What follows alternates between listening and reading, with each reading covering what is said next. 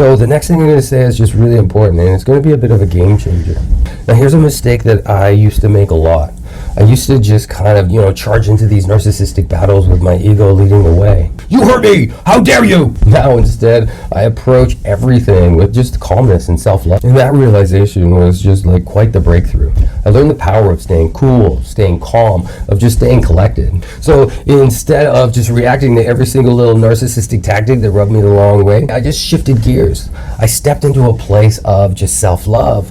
It was just like this peaceful oasis just hidden deep into this desert. And from that place, that calm place, I was able to address those boundary-testing narcissists, just like a kindergarten cop, just gray-rocking them with, all smiles and calm. Oh yeah, okay, I'm sorry.